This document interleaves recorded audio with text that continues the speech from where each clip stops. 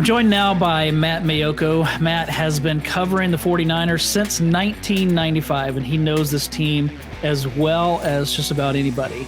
Matt, thanks so much for joining us. You also co-wrote a book with Roger Craig called Tales from the Sideline. Is that right? That is correct. Yeah. So Roger and I worked very closely on that book, and he shared a lot of his thoughts about not only himself, his role in the 49ers dynasty from the 80s, forward, and also Bill Walsh was still around, and so he was the person who was kind enough to write the foreword for the book. So it was a very deep dive into Roger and what made him as successful of an NFL player and as successful as a person can be in his post-football career as Roger Craig is and has been. Yeah, and he definitely was, especially during his playing career. What a transformational player. Now, before we get into that, I wonder if you would explain to us where he's at as far as the Hall of. So he's not part of the modern era candidacy. He's now in the senior division. Can you explain what that means and how that impacts his chances moving forward? Yes, absolutely. So with the Pro Football Hall of Fame, only 5 modern era candidates can be selected. A maximum of 5 can be selected every year. And so there is a tremendous backlog of deserving senior candidates. And I mean, that's something that we talk about on the selection committee all the time. Mm-hmm. So as of, and I forget exactly the year, but let's just say 5 years ago, Roger Craig went from being a modern era finalist or a modern era candidate. And then after 25 years, he drops into the seniors pool. And so there was a very significant change made in the process now by which senior candidates are elected, in the sense that previously it was a maximum of 1 senior candidate per year could go into the Pro Football Hall of Fame. Wow. But the new president of the Pro Football Hall of Fame, Jim Porter, he polled the voters, and we had some long discussions, and everybody came to the consensus that there's just no way we can do this justice. There's just so many deserving senior candidates that fall into, the term is the abyss of the seniors pool. So a very significant thing happened, I think, toward Roger Craig's candidacy and the prospects of him eventually getting to the Hall of Fame, is that now that there are 3 seniors candidates in the Hall of Fame, or can go into the Hall of Fame every year. And so the 3 seniors candidates for the class of 2023 are Joe Klecko, Chuck Howley, and Ken Riley, all deserving candidates. No question about it. But where a little bit of my disappointment comes is that in this committee, there was a blue ribbon panel committee that was formed for the was it the 50th anniversary? The 100th anniversary of the NFL. Right. So they decided to put in a larger class that kind of mirrored the very first class of the Hall of Fame. And so in that committee, and this wasn't anybody on our on the Pro Football Hall of Fame committee, the regular committee. It was a blue ribbon panel, and they came up with 20 candidates for the seniors to go in, but it was 20 candidates for 10 spots. And so 10 went in immediately. Roger was one of those 20 candidates. Mm-hmm. He was not one of the 10 elected, which I took as, okay, not the perfect scenario, but at least now we know, theoretically speaking, that he's going to be one of the next 10 seniors to go in. However, since then, there was one who went in the next year, and that was Drew Pearson, and another one who went in the following year, Cliff Branch. But then of the 3 seniors that I just mentioned, Klecko, Howley, and Riley, none of them were on that initial 20-person senior nominee list of the blue ribbon panel. So that kind of leaves me a little bit disappointed, mm-hmm. if not a lot disappointed, that we didn't just pick through that list of all the remaining, finalists for the seniors blue ribbon committee that didn't get into the Hall of Fame. So again, it's such a difficult thing, Mark, because all these seniors who go in, they're deserving. There's no question about it. And that's just the same way I feel about Roger Craig. Is he's deserving, no doubt about it. And I have always felt, and I don't, maybe my optimism is tempered a little bit here, but I still think it's a matter of not if, but when. But I think we can all agree, everyone who's been around the 49ers and who watched Roger Craig play, it sure would be nice to get him in a lot sooner than later. Yeah, he definitely deserves it.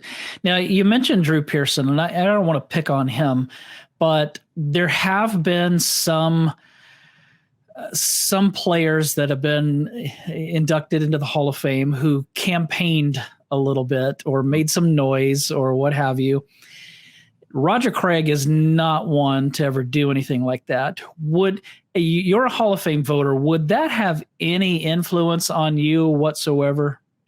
Frankly, it would probably turn me off, if anything. I would certainly, we're all human. I would try to not make it influence me whatsoever. I think a person's credentials speak for themselves. You don't need the person patting himself on the back to let you know how good he is. I think, we all have an idea. We all know what we value from a football player. We also all talk to people who were on the scene back in those days.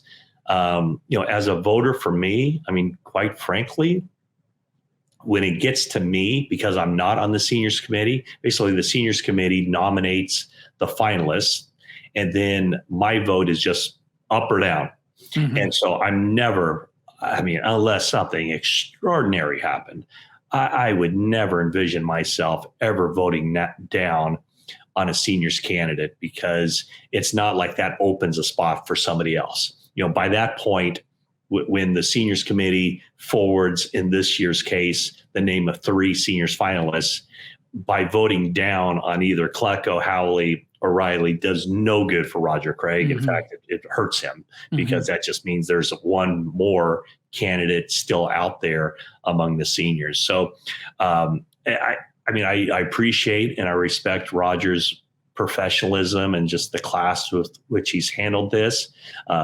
He's got to be extremely disappointed, as are many of his teammates and people who know him, and certainly the fan base of the 49ers who followed his career and know just how transformative he was as a player. Yeah.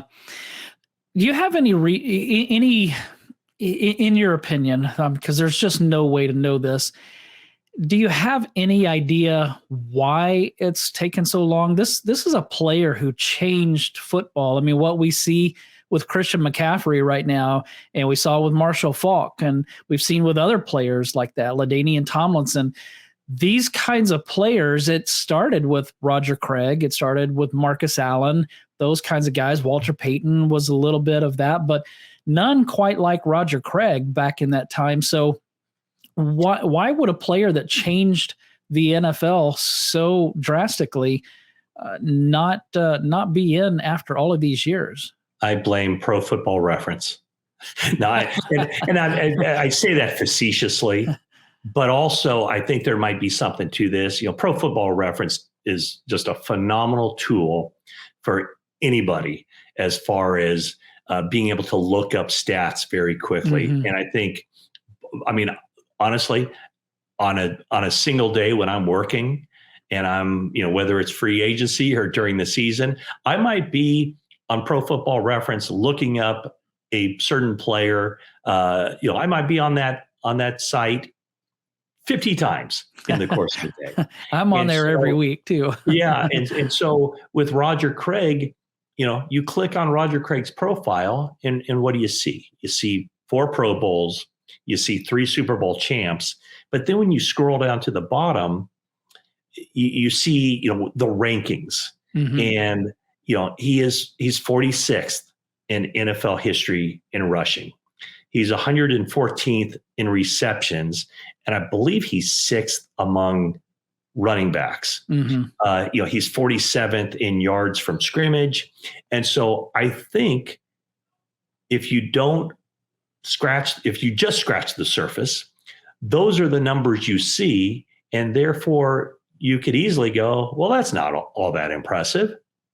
But I think what you're alluding to, Mark, are the other things. It's how he changed the game. And by the way, the 5 running backs who have more receptions than him: Larry Sinners, Marshall Faulk, LaDainian Tomlinson, Marcus Allen, Tiki Barber.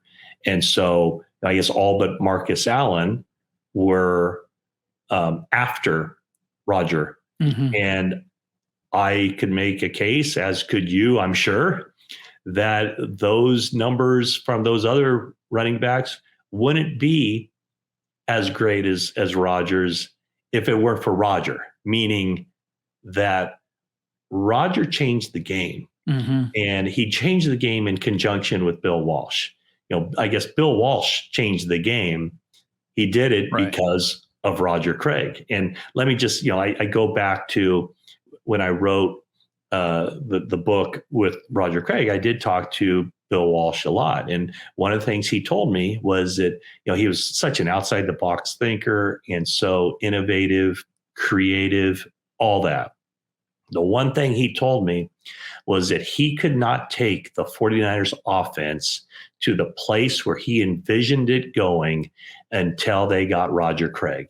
Not only until they got Roger Craig, but until they saw him in training camp, on the practice field, and then in the games, run routes out of the backfield and catch passes. And I mean, let's just think about the modern era San Francisco 49ers. The one thing that Kyle Shanahan wanted above anything his second year with the team was to get a running back who could stress a defense, run routes out of the backfield, catch the ball in space, make people miss, make big plays, keep the chains moving on 3rd and 6 by catching a pass for 8 yards. Of course, also wanted a running back who could run the football. So what did he do? He went out and he got Jerick McKinnon, and that was his answer. Jerick McKinnon, as long as he was with the 49ers, was injured. We never saw what he could do on the field. In recent seasons, we've seen what he can do on the field with the Kansas City Chiefs, and it's pretty good. But it wasn't until the middle of the 2022 season where Kyle Shanahan and John Lynch, they swung big and they connected with Christian McCaffrey. And think about that, Mark. I mean, we're in the year 2022. Roger Craig was, almost 40 years ago. If that's not a man before his time, speaking about Roger Craig, then tell me what is. Yeah. Yeah. And you think about the 49ers offenses when they've been at their best, they had Roger Craig. They, in 94, had Ricky Watters, where Mike Shanahan was using him out of the backfield a lot. And then now Kyle with Christian McCaffrey. So, and Mark, if I could just interject one more thing. This is what Bill Walsh told me in relation to Roger Craig and kind of on the subject of those numbers I cited and where Roger ranks in the all-time list. He said, in any other offense, Roger would have easily gained a lot more yards, but we combined rushing and pass receiving. We looked at total yards, not just yards from our backs. So, I think he was fully aware of, Roger was, never leading rusher. Of course, he had that 1,000 season, but if they had fed the ball to him more, if they had done certain things, maybe more in lines with a traditional running back, those numbers would be greater. And, maybe the guy's a winner too. The other thing is that, 11 years in the league, his first 10 seasons, not just all with the 49ers, but his first 10 seasons, he was in the playoffs. Because you asked me why he wasn't or why he isn't in the Hall of Fame, and we're just kind of projecting. This is a sore subject with me, but I'll bring it up anyway. And I don't think it's keeping him out of the Hall of Fame, but because we're going to present all sides here, the fumble he had and in the NFC Championship game that prevented the 49ers from an opportunity to go on for a three-peat. There was a lot that happened on that play, missed block, the circumstance, bad luck. And it all would have been, we wouldn't even remember that if, the New York Giants hadn't moved the ball swiftly down the field and Matt Barr, hits a, whatever it was, 47-yard field goal as time expires. But if voters, I just don't think that it's gotten to that level with voters. But, unfortunately, sometimes when I do talk to 49ers fans, that's one of the things they mention, the fumble. And again, I just want to say this, that it's a sore point with me, because you never want that to overshadow anything. I mean, it was the last time, his last game with the 49ers. And, if you mention that, you got to also mention his first Super Bowl with the 49ers when he scored 3 touchdowns. Yep. And against the Miami Dolphins. So anyway, I just felt like, because you asked me that question, we have to get that out there. But I have a hard time believing, I'm not going to speak for other people, but I have a hard time believing that is the reason. Yeah, there are some, when we released the story a year ago, I had a number of fans say, well, there was the fumble. And I remember responding to one and asking, can a player make the Hall of Fame off of one play? If not, can he be kept out of the Hall of Fame on one play?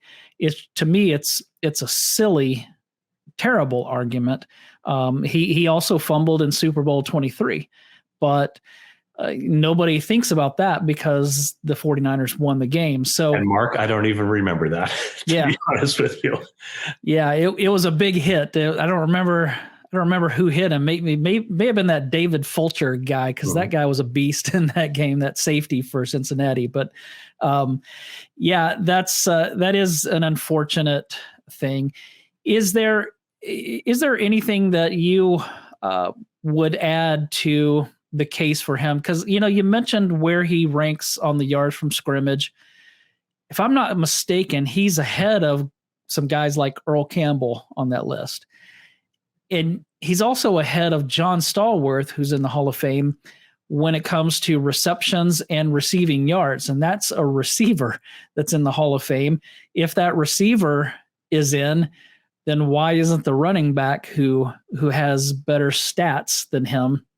Now, Stallworth deserves a 4-time Super Bowl champ. But I guess that's where I run into problems with some of those that just look at statistics, is that it doesn't tell the full story. Well, and you're right. It doesn't tell the full story. And I think that is, I guess the statistics are the easy thing to look at and to compare, because it's black and white. There's no arguing. There's no interpretation.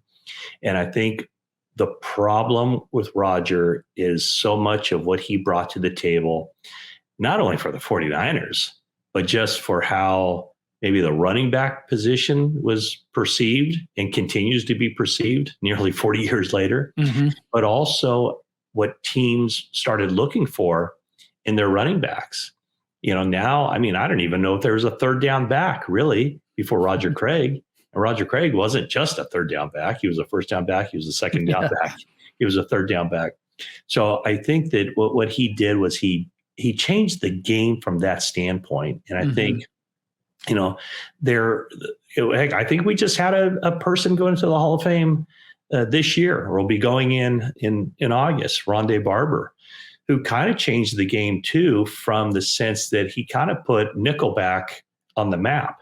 And, before that, it wasn't really seen. It just was seen differently, because then you like, oh, well, at Nickelback, you can do all these different things. And I guess that became more, relevant too, when teams started spreading it out a little bit and started going to more 3 wide receiver sets.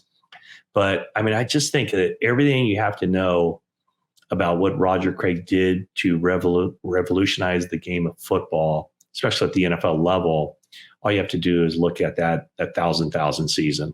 And then, how many years went by before Marshall Faulk got there. Right. And Marshall Faulk had, he had some big time numbers, and he easily went into the Hall of Fame. Mm-hmm. And then how many years after that did it take another guy to come along, Christian McCaffrey, and do the same thing that Roger Craig did in an era where, there weren't the rules that favored or promoted offense. Great point. So, so I just think that it takes, it's a lazy argument, that, he only ranks here in these NFL history statistics.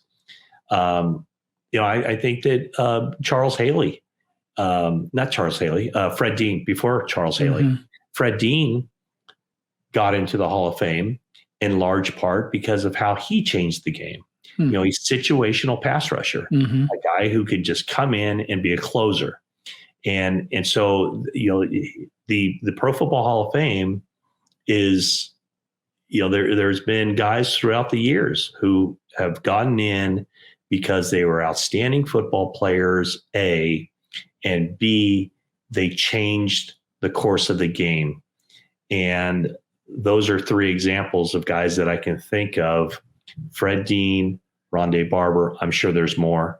I'm sure there's slot receivers that aren't coming to my mind immediately, but I would very clearly put Roger Craig in that mix of those guys who were winners, who had an impact in the game. Heck, Roger Craig was the 1988 AP Offensive Player of the Year. And so for a stretch there, he was the best running back in the game. Yeah. And so you have guys, it's kind of an interesting dichotomy of a guy like Frank Gore, who was so consistent for so long and put up huge numbers. And then you have Roger Craig, who was consistent over a period of time too, not nearly as long as Frank Gore. I'm not sure there was ever a time where you could make the argument Frank Gore is the best running back in the game right now. But there definitely was a 2, 3, 4 year period where you could very easily make the argument that Roger Craig was the best running back in the game, period, and certainly the most versatile and probably the most valuable. Yeah, I agree. I did a follow-up story to this last year where I found quotes from opposing coaches and opposing players. Talked to Mike Singletary. We got a statement from Harry Carson. But I remember two of the coaches, John Robinson and Dan Reeves, both saying at different points in the 80s, Roger Craig is the best back we have in the game right now. So, and that was a time where Eric Dickerson was still playing. So I think that those are big statements. Yeah. And also, Mark, thinking about this, we were talking about how he innovated the game of football from an offensive standpoint. And by you just saying that, it also kind of, the light bulb goes above my head right now that he also changed defensive football.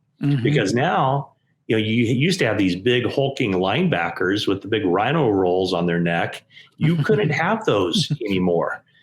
Because of a guy like Roger Craig, you see these linebackers like Fred Warner and Bobby Wagner and Patrick Willis, Navarro Bowman, Dre Greenlaw. You have these linebackers who have to be able to run, and they have to be able to cover, or the next 2 generations down the line or whatever it might be, the next Roger Craig is going to eat those guys alive. So he changed the game of football on both sides of the ball. Maybe that's why Matt Millen came to the 49ers, so he didn't have to chase Roger Craig anymore. And could you blame him? That was that's a perfect example of what you said, because Matt Millen was the type of linebacker that was built for those guys like John Riggins and some of those bigger backs. And Roger Craig probably was a nightmare for somebody like Matt Millen to have to try and cover. Matt, thanks so much for helping us make the case for Roger Craig. You did a great job, and we love what you do. Thanks so much for being part of this. All right, Mark, my pleasure. And thank you for keeping the ball rolling and keeping the conversation going about Roger Craig's candidacy. My next guest is Clark Judge. You know Clark. He covered the 49ers for the San Jose Mercury News from 1994 to 2000. So he knows the team, he knows the players, and he also is a Hall of Fame voter. And so we're going to talk to Clark for just a few minutes on this Roger Craig Hall of Fame case. And so, Clark, let's start here. Thanks for joining us, by the way. Sure. Why do you think that Roger Craig is not yet in the Hall of Fame? Well, it's a good question because I don't really get it. But the more I look into it, the more I guess I kind of understand, because we live in a era of numbers and analytics. Numbers mean everything, right? And so I think some of the voters who maybe don't remember Roger because either they weren't covering football or they're too young, or both, look at him and they go, okay, where does he rank in all-time rushing? Oh, he's 46th. Okay. Where does he rank in all-time scrimmage yards? He's 47th there. Oh, well, that's not Hall of Fame worthy. Yeah, I know he's an all-decade player. I know he won 3 Super Bowls, but nothing really gets me there. Some guys may say, oh, I remember him. He fumbled in that conference championship game, right? Well, that didn't lose the game. Maybe some people Right. say it did, but and I'm pretty sure that was his last game with the 49ers. It was. But in any case, he had a storied career.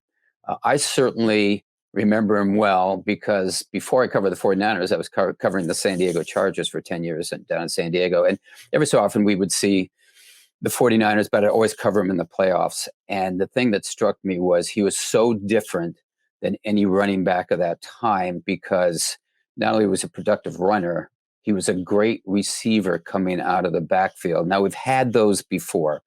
And I'm going to probably mention guys that you would maybe remember, but maybe not have seen. Lenny Moore, I certainly saw him. Frank Gifford.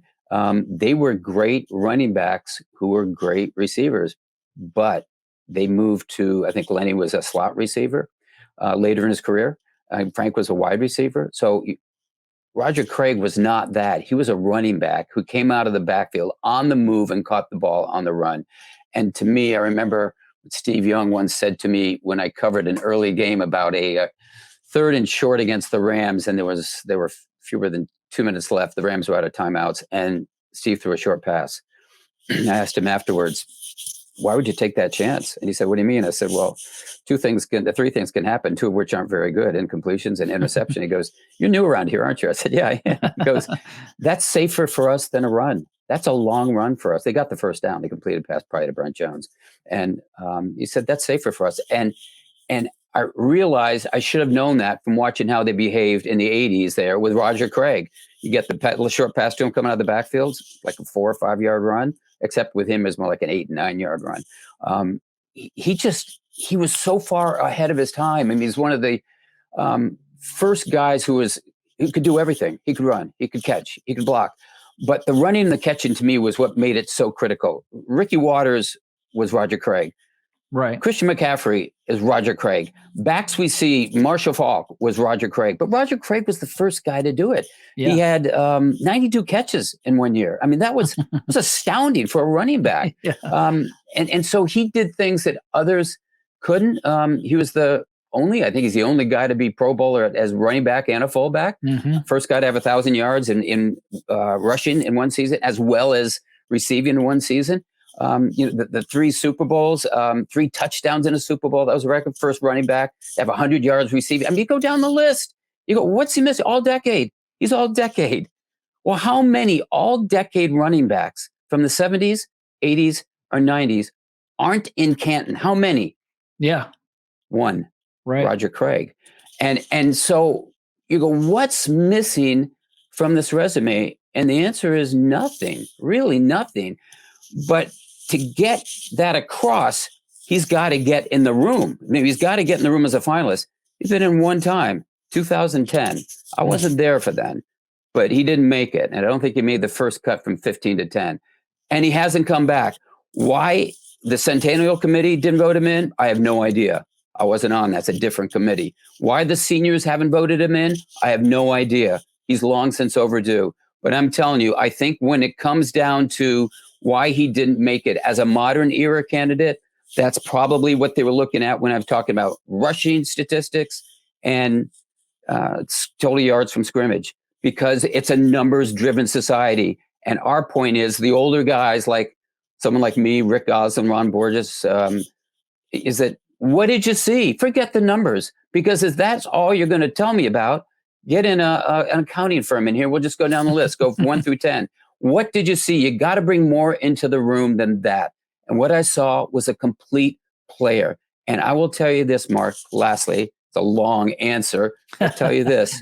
We are now considering Torrey Holt for the Pro Football Hall of Fame. He was a semifinalist. Finalist this year, been a semifinalist 4 straight years. He's being considered along with 2 other wide receivers. Reggie Wayne is one. Andre Johnson is another. All 3 were top 10 finishers this year, which means they're in the on-deck circle for next year because the top 5 are gone. They've been elected. Who are the next 5? Those 3 are among the next 5. So you look at next year, Julius Peppers is up. He's probably getting in. That's not exactly a rash prediction. Antonio Gates probably would be a first ballot Hall of Famer. Then what? Well, then you got 3 vacancies. It doesn't take a rocket scientist to figure out one of those receivers getting in, maybe 2, because 2 of them have been on up there as finalists for 4 straight years. So we're probably going to move that line forward. But you look at that and say, well, wait a second. Torrey Holt's one of them. If we put him in, he's the fifth guy from the St. Louis Rams to be inducted to the Pro Football Hall of Fame from their offense. Offense. Yep. Kurt Warner, Marshall Faulk, Isaac Bruce, Orlando Pace, and now Torrey Holt. Okay, he's the 5th guy from that offense. My question would be this. If the Rams were, in fact, that good, if they were the greatest offense, the greatest team on turf, the greatest show on turf, why'd they win 1 Super Bowl? Right. We're putting 5 of their, we put almost half that offense in, the greatest show on turf. Why'd they win 1 Super Bowl? I know this about the 49ers of the 1980s. They won 4. You know how many starters from those teams are in the Pro Football Hall of Fame? 2. One of whom wasn't there for 2 of the Super Bowls. That would be Jerry Rice. So you can tell me Joe Montana is the only worthy guy from that team to make it to the Pro Football Hall of Fame? He carried that team, and Jerry Rice was there for 2 Super Bowls, but Joe Montana was the only reason? And the answer is no. There has to be somebody else. Well, the offensive line, I could pick a couple guys there, but Roger Craig's the most logical guy. So what are we missing here? And unfortunately, what's happened now is because so much time has transpired, people kind of forgotten about him. And that's where the senior committee must come in and make sure he's not forgotten. It's a long answer, but I feel very passionately about Roger Craig, have for a long time. I don't understand it, but I'm giving you what I think are the reasons. Yeah, and I can sense your passion, and I appreciate that. Here's the question that I have. You mentioned the Centennial class. They elected 15. Is that right? Yeah, 15 total, but 10 seniors. Okay, and Roger Craig was in the top 20 of that class? That's correct. So 5 didn't make it, and he was one of the 5. No, and 10 didn't make it. 10 of the 20 didn't make it. So okay, so there were 20 so total. There were 3 contributors, 2 coaches, and 10 seniors. That's a total of 15. Okay, so all right, and so my point is that for the Centennial selection, he was among the top 20. That's correct. And yet time has passed, and he still has continued to be passed over. You were friends with Bill Walsh. Yes. If Bill was still alive, would Roger Craig be in the Hall of Fame already? That's a good question. I can't say yes or no. I would say more likely than not for this very reason. We just elected Don Coryell as the coach contributor candidate. I covered Don in San Diego. I've been a outspoken supporter of his, along with Dan Fouts and Jim Trotter, both of whom are from San Diego. Obviously, Dan lives in Oregon now, but star quarterback and Hall of Famer, and Jim covered the team. I covered the team down in San Diego. But when we were talking about Don's candidacy, when he was one of the, I think we had 12 finalists this year. So we're talking about his candidacy, and he's been a finalist. He had been a finalist 6 times before, including modern era finalists. In fact, he was a top 10 modern era finalist in 2016. Never quite crossed the finish line, but the fact that he kept coming back meant that voters cared a lot about him. Brought back more than any other coach. Now he's in the coach contributor category. And Dan Fouts spoke up in support of him, which is nothing new. He's done that before. But then he broke out a letter from Bill Walsh that he had written to Don Coryell after Don left. And Bill had written this very passionate letter about how he had always looked up to Coryell, how he admired him, everything he had done on offense, things that he did that Bill took to heart, maybe expanded a little bit, but how he changed the game. So he read that letter, and Don was elected, much to my surprise and Dan's surprise. In fact, when Dan heard the news, we were doing a Zoom call, and I looked at Dan because we both went, whoa, and all the voters went, whoa. And looked at me, bowed his head, and I said, were you crying, or were you, was that out of relief? And he said, it was a little bit of both. I couldn't believe it. I couldn't either. But I said, you know what swung it? It was the Bill Walsh letter swung that. And other voters acknowledged that when they heard that Bill Walsh was kind of speaking from the grave. That's the way it seemed, that it resonated with voters. That letter had been addressed to Don, but Bill sent a carbon copy to Dan, and Dan just happened to find it when he was cleaning out a desk in December, I think, or January. He's cleaning out a desk. He found this and he thought, I might as well use this. I believe very strongly that tipped the scale. So in answer to your question, is it possible? It's possible. Is it likely? I don't know if it's likely, but it certainly wouldn't hurt his candidacy, and it almost certainly would have helped it. Could it have pushed him over? Maybe. I don't think he needs that kind of support to be pushed over. I think his record speaks for itself. But having Bill Walsh speak on your behalf certainly helped Don Coryell, would help Roger Craig. Let me ask you this. In recent years, there have been a couple of players who were enshrined. I'm not going to name names, but a couple who were enshrined after they went on tangents about why they should be in the Hall of Fame, or that they didn't care about the Hall of Fame. Mm-hmm. That's the last thing that Roger Craig would ever do. Right. Can you tell me a little bit about him as a character? Because you have had a chance to get to know him as a person. What kind of person is he off the field? I think he's somewhat reserved, extraordinarily polite. Now, when you get him to talk, I mean, he talks a lot. I mean, he sometimes you say, "Hey, Roger, okay, I got it." But he's always cooperative. He when I was covering him, and again from a distance, because I wasn't covering the team when he was on it, but he would always answer the question. He would get to what you were looking for. He knew what you're looking for. It might have taken a while to get there, but he knew what you're looking for. I never had a bad experience around him. That said, that has nothing to do with a Hall of Fame candidacy. Right. I mean, if it was the Hall of Great Guys, half these guys would be out of there probably. Right. You know? But that's an exaggeration. I'm not trying to annoy any people. But as in contrast, I mean, I'm just saying there's a guy like Bryant Young, who we pushed hard in the past couple years. And Bryant Young is one of the most cooperative guys, but one of the most quiet and reserved guys I know. And I did cover him. His first year was my first year covering the team. I got to know him well. So did Matt Miyoko, I know you know. I mean, we covered him. I knew him well. And I remember after he was a finalist in 2020, and then 2021 disappears, he's no longer a finalist. I called him and did say, don't give up. I mean, you know, I know it happened to Roger Craig. He was a finalist just once, then he vanished. Don't give up. I mean, you've got to get back on the screen. I'm not saying I'm going to make it happen or Matt's going to make it happen or whatever.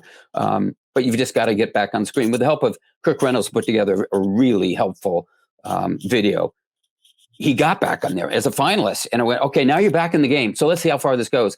He goes straight to the top. And he never stood out there and screamed and bellyached and moaned or any complaint. He didn't say anything.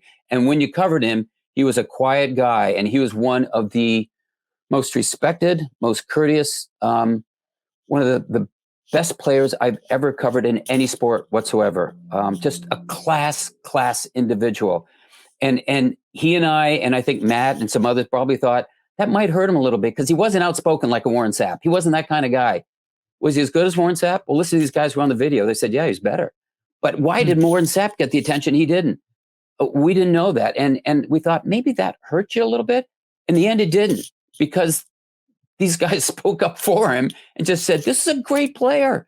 This is a great player. This guy was better than Randall, better than Sapp. That was their opinion. Not giving you mine, but that was their opinion. And when you have the opponent saying that, it really carries a lot of weight. It did for him. With Roger, when you're around him, always a class guy.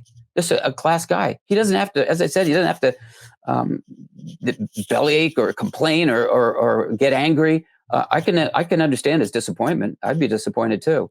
But that record speaks for itself.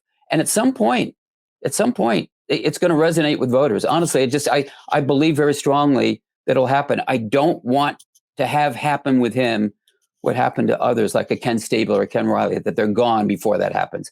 That just isn't right. I think we need to get someone like a Roger Craig in who's deserving. They have to be deserving. I think he is. That's my opinion. I'm not speaking for the board. It's my opinion. But get him in while they can enjoy it. Right. Well, thank you so much, Clark. I appreciate you helping us make the Hall of Fame case for Roger Craig. Okay, I'm honored to welcome Daniel Brown of The Athletic, here to talk about Roger Craig and his Hall of Fame credentials. You probably have read stuff that Dan has written. If not, he's actually helped worked with Roger Craig on a couple of different books. So he handled the re-release of Roger's Tales from the San Francisco 49ers Sideline that Roger originally did with Matt Mayoko. And Roger Craig actually wrote the foreword for Dan's book, 100 Things the 49ers Fans Should Know and Do Before They Die. Dan, welcome. That sounds like one that I have to pick up. I thought that I had it, but I looked and I was getting some mixed up. I had a Matt Barrows book that, that I have, and then I have 100 Things Every Houston Astros fan needs to know or do before they die, because I lived in Houston as a kid, so I'm an Astros fan. And so I thought that I had the book, but I don't. So I'm going to be getting it because that sounds like a really good one. Thanks so much for joining us. How's things going? Good. One of the fun things about the 100 Things book is not just stuff to know, it's stuff to do. And one of the things to do was run the hill like Roger Craig. So there's instructions there on how to go run the hill and the peninsula that Roger and Jerry Rice helped make famous. Yeah, and that's I'm glad that you started there, because we had Larry Krueger on, and Larry is the one that a year ago when we put out this story, it was built around Larry Krueger's case for Roger Craig to be in the Hall of Fame. And he listed three things three reasons why he thinks Roger Craig's not in the Hall of Fame. One is no Bill Walsh to endorse him, the fumble in the 1990 NFC Championship game, and then Jerry Rice, that he had to play with the greatest statistical force in NFL history. And he even talked about how that hill, Jerry Rice gets credit for it, but that was Roger Craig's thing before Jerry even came along. Yeah, and that bugs the crap out of Roger, to be honest. I mean, they did. They ran it together plenty of times. But Roger's the one who discovered it, who brought Jerry out there, introduced him. And Roger, oddly enough, he didn't discover it. Like, he wasn't Lewis and Clark out there in the wilderness. Right. It was Arthur Ting, who was a medical professional who worked most known for his work with the San Jose Sharks. But he said, "Hey, Roger, if you want a good hill to run, it's Edgewood Park in, technically it's Redwood City, it's San Carlos, right there on the border on Edgewood Road." It was Walter Payton who had told Roger, "Hey, if you want to prolong your career, if you're looking to the future, just go find the steepest hill you can and run it." I do remember that. And I remember when Peyton did that. I'm old like that. So I remember back in the 80s when Walter Payton was doing that. Well, let's talk Roger Craig. I mean, I could talk 49ers with you all day, but we're here to talk about Roger Craig. And so tell me, why do you think that he's not in the Hall of Fame? Because he missed his opportunity to be in as a modern era candidate. And so now he's in the senior candidacy section, so to speak. So why has it not happened yet? Yeah, I do think some of those things that you mentioned, mostly, he was overshadowed by Montana and Rice, and by Walsh, for that matter. And I think that so much, Walsh was brilliant and he was a genius and he ran that offense and created that offense so well. But it's like everybody who gets success in it is kind of dismissed. Oh, it's a system. It's a system. Mm-hmm. Well, the system worked because Roger Craig, did something that was unprecedented in football history. The way he was a threat out of the backfield. He was, the first thousand guy. Those happened because of Walsh's brilliance, but also because of Roger's incredible skill, his discipline. When he came out of Nebraska, he hadn't caught a ton of passes. That wasn't in his skill set, but he'd read in Sports Illustrated that the Niners were interested in drafting him. So he's like, I better start working on my pass catching. So he'd go out and catch passes every day. And when he got to training camp, his first training camp as a rookie, they tested him and threw him 100 passes. I think it was Paul Hackett and I can't remember who else, threw him 100 passes and caught 98. Wow.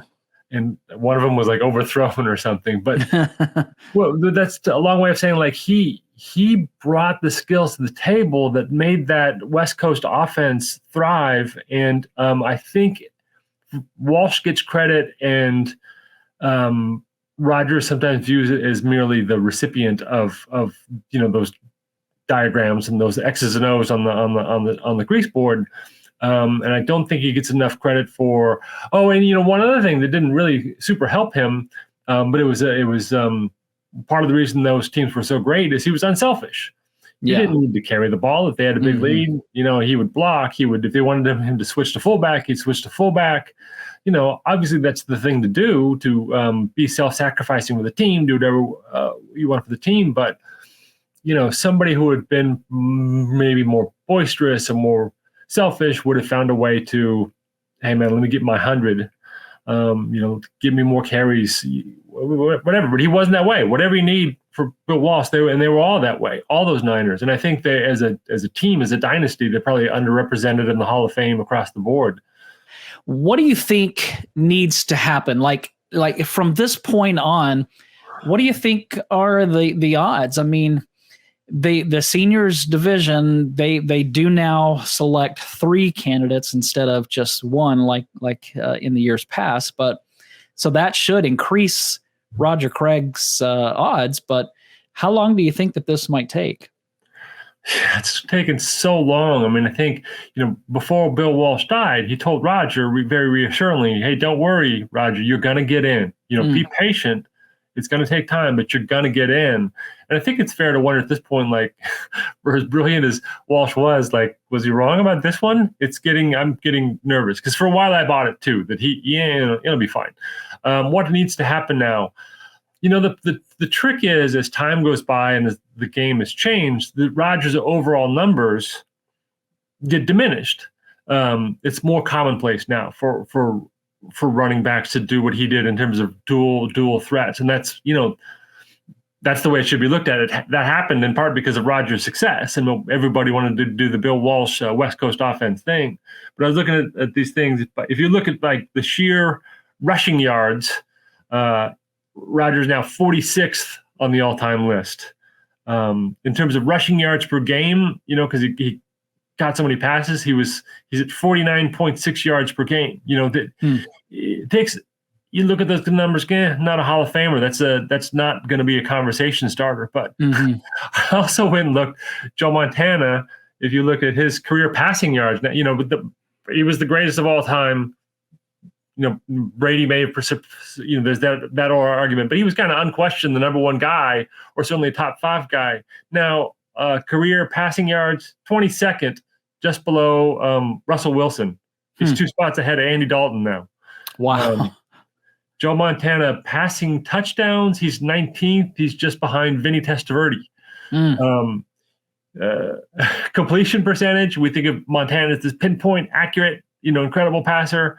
He's behind Mitch Trubisky in terms of completion percentage. Montana's 29th, and Trubisky is a percentage point ahead of him. But that's not to diminish Joe's greatness for sure. It just shows that just how different the numbers of that era were. Right. And if you're going to look at Montana and go, it sounds like a borderline Hall of Famer. Like, no, you have to understand the context, what was happening then, all the other factors, all the other contextual things. And in Rodgers' case, you really need to look at him not just as a prolific player, because he was a prolific player, but as a pioneer, as somebody who changed the way the game is played. And Roger takes an incredible amount of pride in seeing guys like Brian Westbrook, and he would name them all the time, like Matt Forte, Adrian Foster, Christian McCaffrey. All those guys are kind of like the Roger running back tree. They did what he did, which is beat you any way you can. And I have always thought for a long time that, because a lot of teammates have come out in support of Roger, saying he deserves it. Here's what he meant to us. Here's what he changed. Here's what he could do that nobody else could. I really think someday I'm going to make a run at all those running backs, and Marshall Faulk, the other thousand guy, and just say how do you look at Rodgers' legacy? When you look around the league now, and Curtis Martin, all these guys who became dual threat backs, what do they owe to Roger Craig? What do they owe to his success? And he, other people had caught some passes, but Roger, he had, what's the number? I was just looking it up. 92 catches in 1985. It was just revolutionary then. 92 catches. And he needs to be looked at as somebody who was a pioneer, game-changing presence. Yeah, if you look at him as just a running back, you think of guys like Marcus Allen, Earl Campbell, who were from that era, or Earl Campbell a little bit before that. But if you're looking from just a running back statistics, then he's probably not going to measure up. But when you add in the passing threat, I think I often thought of Roger in 94 when the 49ers won their last Super Bowl, and Mike Shanahan was using Ricky Waters in a similar way that Bill Walsh used Roger Craig. Used him a lot. He would split him out. There was in that Super Bowl when the 49ers beat the Chargers, there was that play, I think the second touchdown of the game, when Steve Young hit Ricky Waters deep.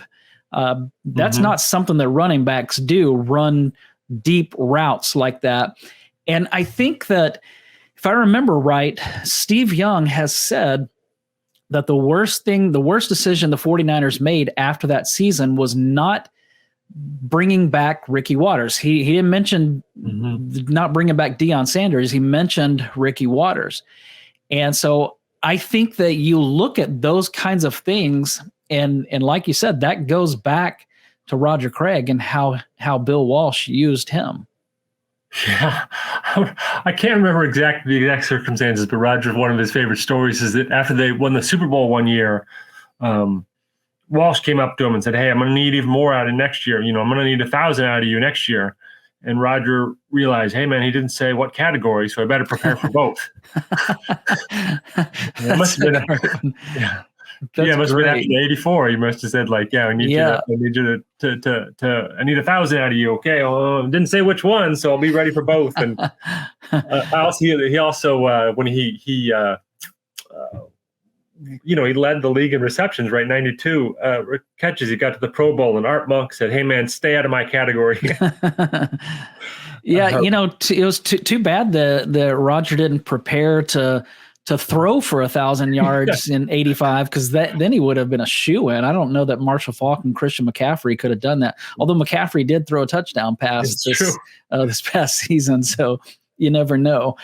But what would you like those that are watching or listening right now, what would you like those individuals to really understand about Roger Craig, not just the player, but the person? Oh boy. the person, it's just a separate note for me. He is the nicest guy I've met in pro sports. I didn't know him. I'm old enough to have watched him play, but I was not old enough to cover him. And I was assigned to do a story on, when I was working for the San Jose Mercury News, his son Roderick had just decided to play basketball. He was transferring to Texas Tech. He was going to go play for Bobby Knight at Texas Tech. And my boss just thought, oh, it's cool. Roger Craig's kid is going to go play for Bobby Knight.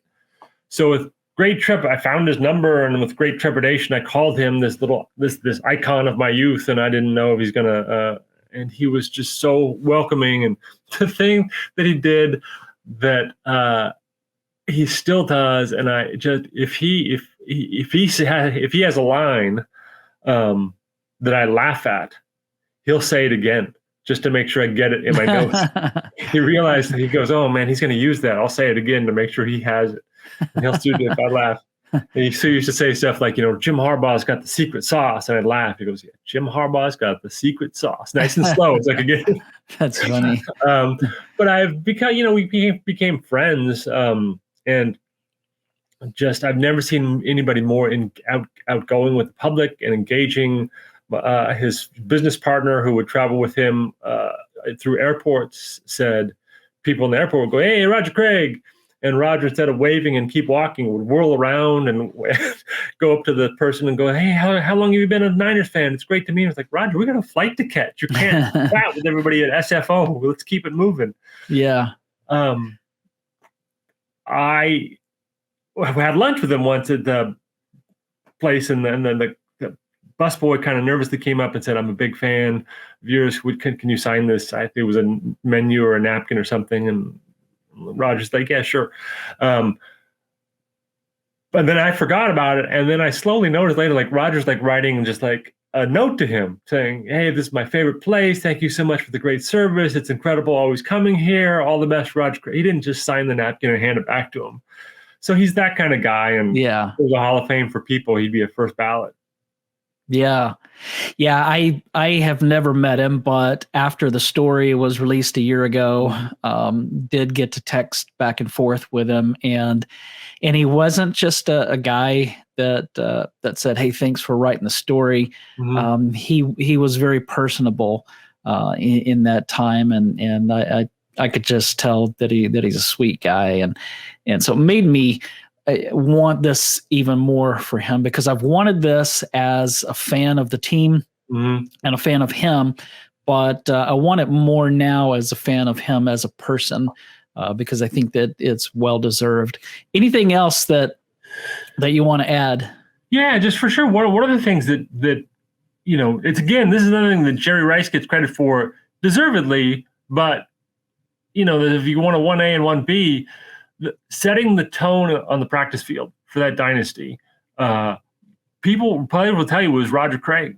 The way he ran every ball to the house. Mm-hmm. He made them work. He organized a lot of the off-season workouts. He dragged people up the hill. But it wasn't just the hill. Sometimes they would meet at the track and do track workouts.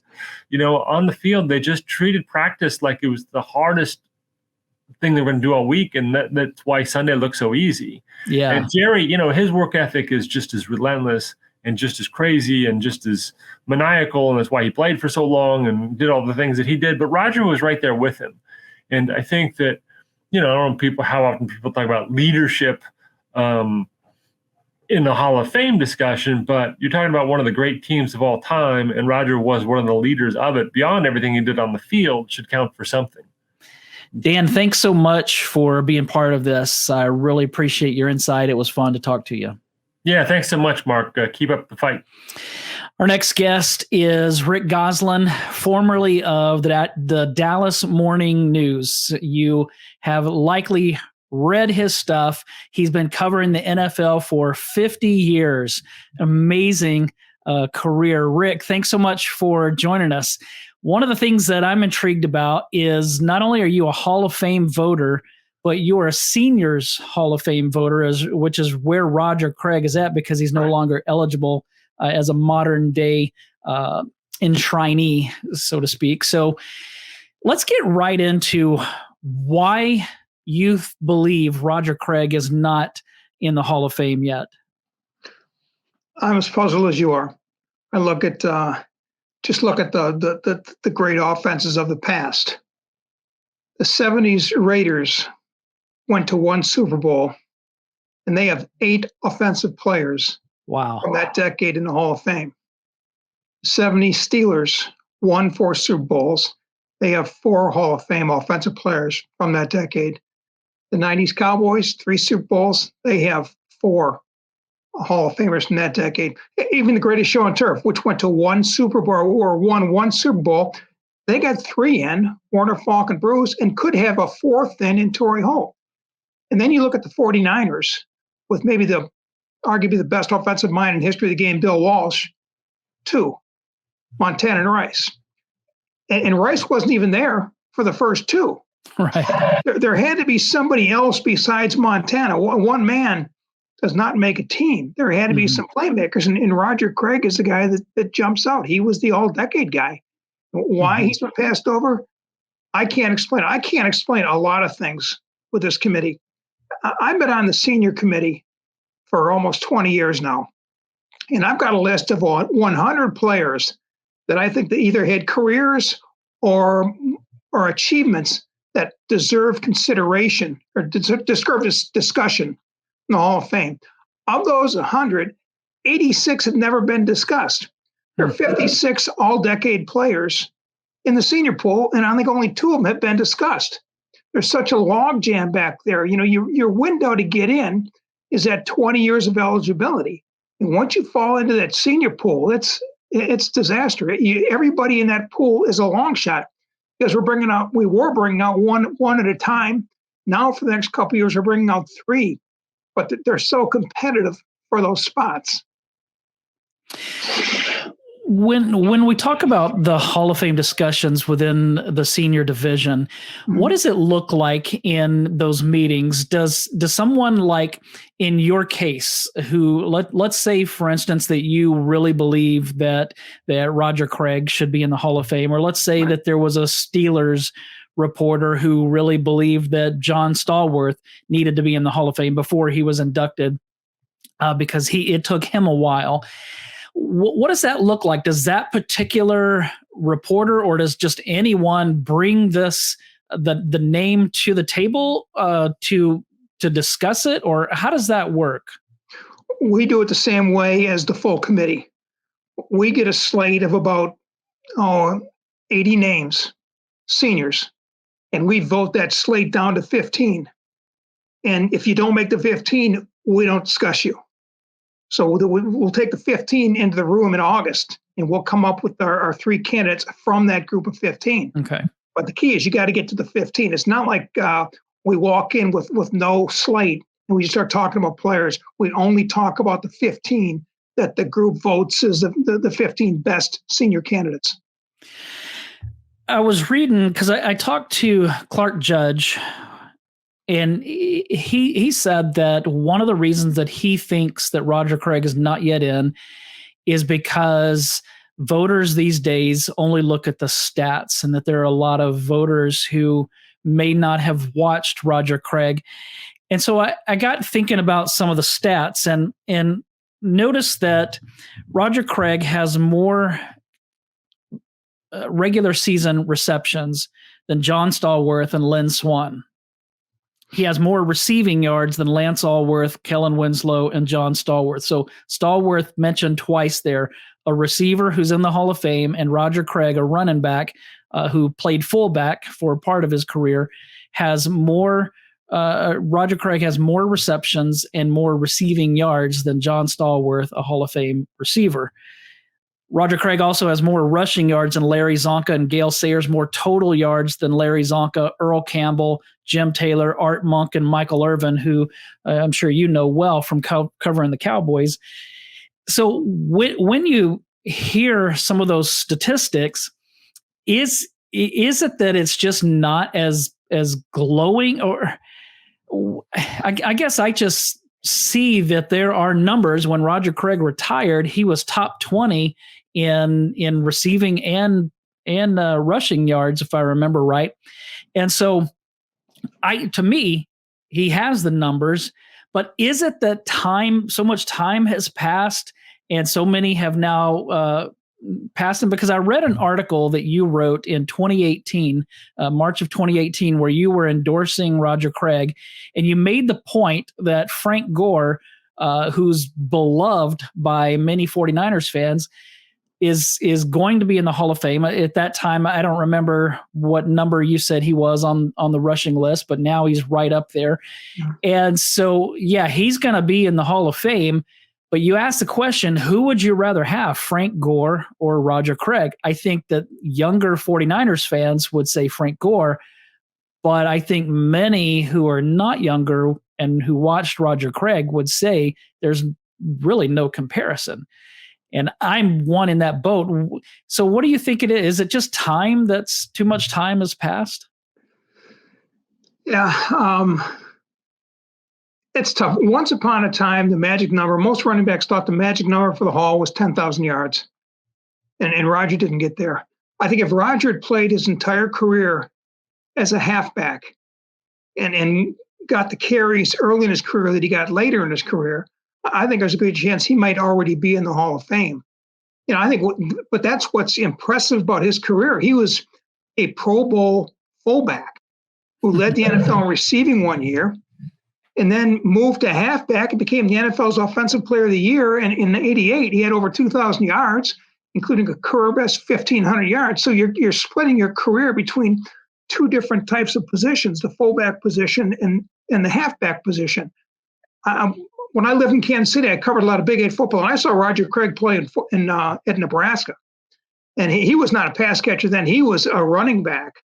And like I said, if he had come in and been the running back for that decade, I think there's a good chance he's already in the Hall of Fame. Mm-hmm. But right now, you look at his career, he never won a rushing title. He was a first-team All-Pro once.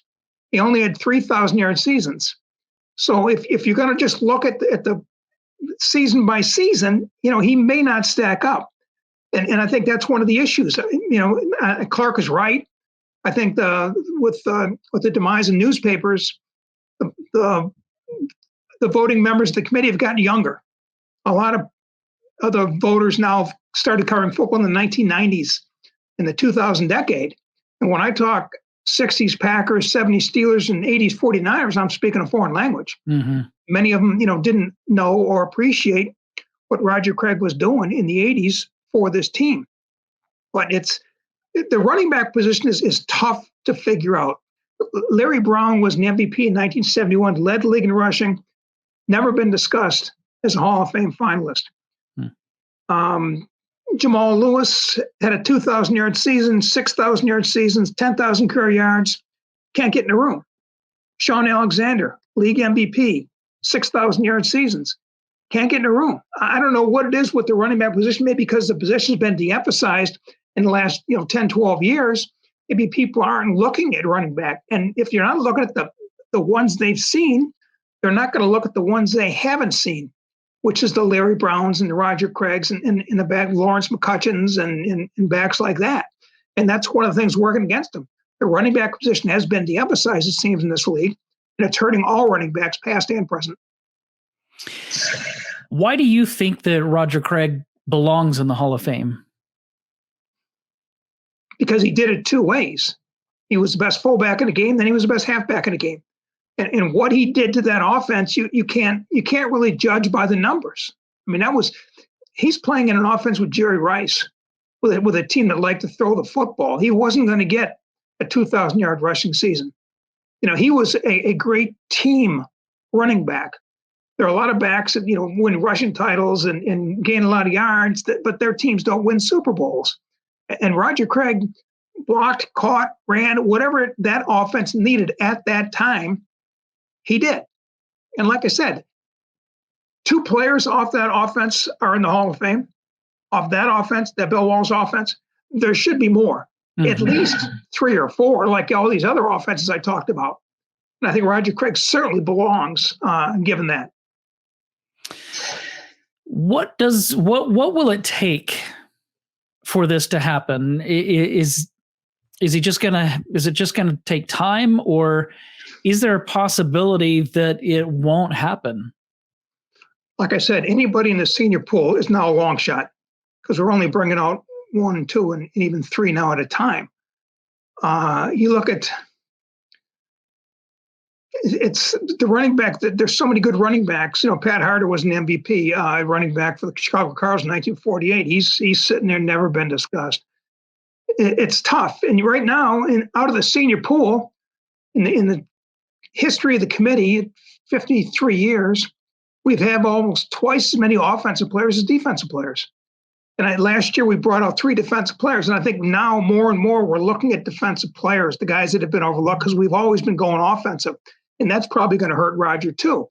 We want to kind of even it out. Right now it's not even. Not when it's a 2-to-1 split. I think it's 43 offensive players to 23 defensive players coming out of the senior committee. So it breaks your heart. I look at players. Maxie Baughan was a linebacker for the Eagles, went to 9 Pro Bowls in 1960s decade. He's never been discussed. Eddie Metter, all-decade safety from the 60s, from the Rams, never been discussed. Just there's so many great players that never got the room to be a finalist for whatever reason. And they're all lumped together, this group of 100, and we get to pick out 2 or 3. And keep in mind that the senior pool expands every year. 5 or 6 new players enter the pool. And the spots are so competitive. And again, we've had this committee for 53 years. We've never brought out a Patriot, a Charger, or a Colt. The senior committee isn't a clearinghouse for any one franchise. But we've got 3 franchises there that have been around since 1960 and before that have never had a candidate. And you're trying to be fair with all teams. It's tough. The spots are so competitive, and the running back position is so competitive. And the group, I think, wants to put some more defensive players in. It's all working against Roger. And I do believe he's a Hall of Fame player. But I think there are probably 20 to 30 players that deserve gold jackets that'll never get them. And I think you got to talk to the committee. You got to get people talking about Roger Craig again. And right now, I think he's been forgotten.